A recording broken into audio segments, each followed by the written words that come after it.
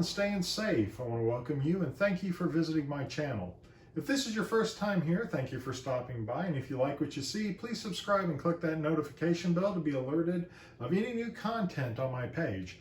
I don't post regularly, but when I do, I try to make it meaningful, worthwhile content. So today I want to show you my latest build. This is a BTL-4 Y-Wing starfighter, and this kit is available through SciFi studio scale modelers. This particular Y-Wing was designed by Robert Calley out of the UK, and it's available as a digital download or a complete ready-to-build kit. The CAD files are 1/24 scale and can be scaled up or down as you see fit to a larger or smaller kit. This particular Y-Wing is scaled down 17.2% to allow it to fit in with my Revell X-Wing builds. If you look at other videos on my channel, you'll see a Red 5 X-Wing and a Blue Leader X-Wing. Both of those are the Revell 1/29 scale kit. This particular build that you see consists of 34 parts. There's 8 parts per each nacelle, minus the Plaque T-bars. The main body consists of 5 parts, a forward, an aft, a rear insert, and those 2 L-shaped brackets. Then the wings are 2 separate pieces. The head is a piece. The cockpit, the pilot, the canopy, the top cannons, the 2 forward cannons, and the proton torpedo charger underneath.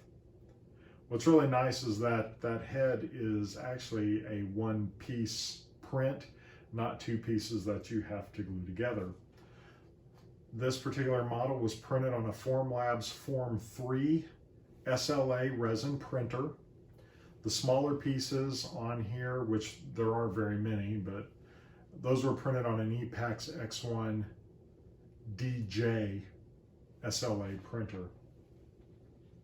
So you can build this kit in several ways. It kind of depends on the size of your printer.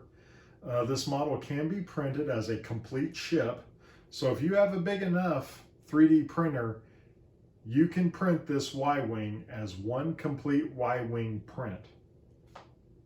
I don't suggest that, but if you feel like you want to live on the edge and not have to build anything, I say go for it. It is also sliced into smaller sections, and you can even print it as a bare bones shell, and all the greeblies that are required to plant on this model are separate STL files. So you can actually build this the way ILM built the original Y-Wings. And it's not really kit bashing, but you do have all the parts to plunk onto the body. I chose not to do that. All my parts were 3D printed already on. The piping that you see on the model kit is evergreen styrene rod that I bent and painted and attached to the ship. You can 3D print them. I opted not to do that. There are multiple astromech droids. As you can see on mine, I did an R5 unit, but there are files for an R2, a Gold 3 style R2 unit, an R4, and an R5 droid. And the pilot that comes with this kit is the ILM style pilot. He's the Harrier pilot. I'll take him out and show him to you. But this is what he looks like. I actually like this pilot. I think he's pretty cool looking with the helmet and stuff. If you do want an actual Rebel pilot, Falcon 3D Parts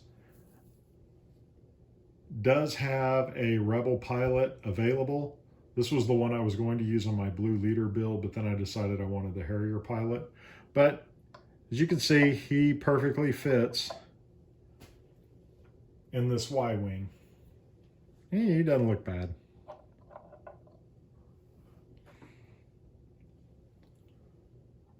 So finishing this model, I did the white over black method, where you prime the entire model with gray.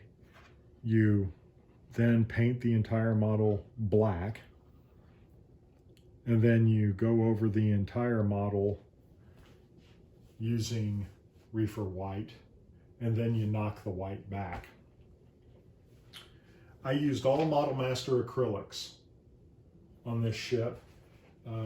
Prior to Rust-Oleum discontinuing the Model Master / Testers paint lines, they reintroduced some of the old Floqual / Poly-S colors. So it's reefer white. I did not use caboose red for the red stripes on here. I did opt for insignia red just because it was a little brighter. The yellow you see on the canopy and on the forward part of the nacelles and a few patch panels, that is called aged white. The overall dirtiness that you see was actually a grime color airbrushed on in various places. The piping was primered with gray Mr. Surfacer 1000 and then painted copper. And then during the weathering process, its sheen was knocked back. Something else that I really like is this plaque. I found a place on Facebook called AM Custom Plaques. I contacted them, told them what I wanted, and they made this spectacular plaque for my Y-Wing. He also did the same plaque for my Blue Leader. AM Custom Plaques is now my go-to for my display placards. So I've got one, this one's Red 4. I've got the Blue Leader one, and I even have a Rogue Leader one for an upcoming snowspeeder build that I want to do. If you want a really nice placard like that, go to his Facebook page and reach out to him, tell him what you want. The prices are very reasonable for what you get, and he's fast. There's a fast turnaround time. This particular display that you see, how I have it mounted, that's a piece of oak stained, and the stand that the Y-Wing is on is from Amazon. It's a $9.99 security camera mount. And the Y-Wing does have a place on the bottom where you can put a stand like that on it. I just happened to luck out because that it's kind of an odd size when you resize the model. It's not a ½ an inch. It's just a little over a ½ an inch big. And that particular stand was the same diameter as that hole, so I really lucked out. So final thoughts, recommendations. Overall, it's a good kit. If you want to build a Y-Wing and you have the means to do so, it is totally worth $75 to download the STL files and print your own Y-Wing. There were a few nuances with this kit. When joining the forward and back main body section, there were a few protrusions that needed to be cut off. I don't know how they got there when the model was sliced. I didn't slice it. The STL file already comes sliced. So to easily solve that problem, prior to UV curing, while the resin was still a little soft, I used an X-Acto and shaved the protrusions off, thus allowing the forward and back halves to mate. The nacelle domes need a styrene lip glued into them to allow the dome to mate properly. I'm currently working on another Y-wing, as you can see here. And I will show you what I'm talking about.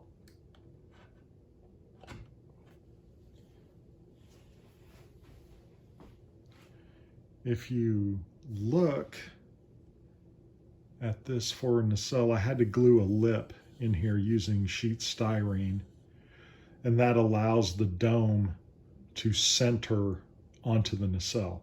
So that has to be done. It's not there for you.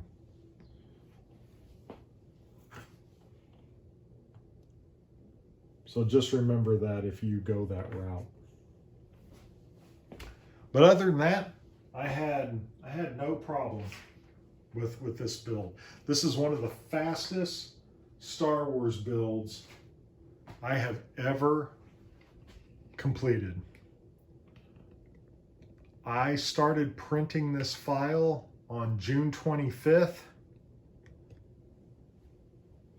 Today is September 3rd, 2021, and minus a few things that need to be painted. There's some tubes that go under that forward main body. I need to put the tubes on it, and I need to paint it copper and then knock back the shine. Other than that, it's done. This was just a little bit over a 2-month build. My Blue Leader build took me over a year. But I loved building this kit. I've never built a Star Wars model this fast. And I think it was just because I was so charged to finally have a Y-wing in my collection. A Y-wing to me was always one of those elusive ships. It wasn't very popular. You can always find an X-wing model, but the Y-wing for some reason is something that just gets passed by.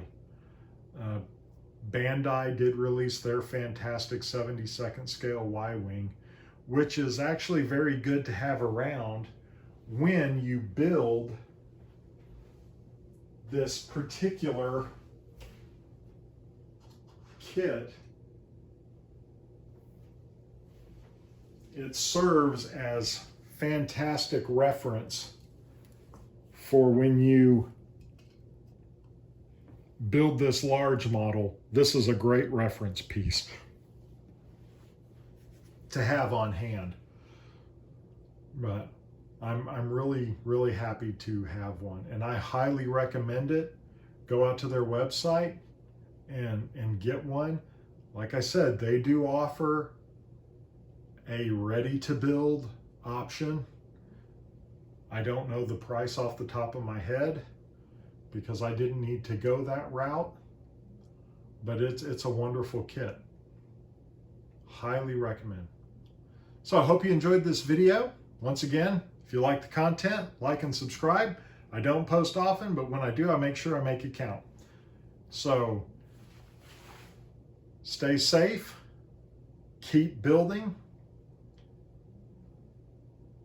and thanks for joining me. Till next time.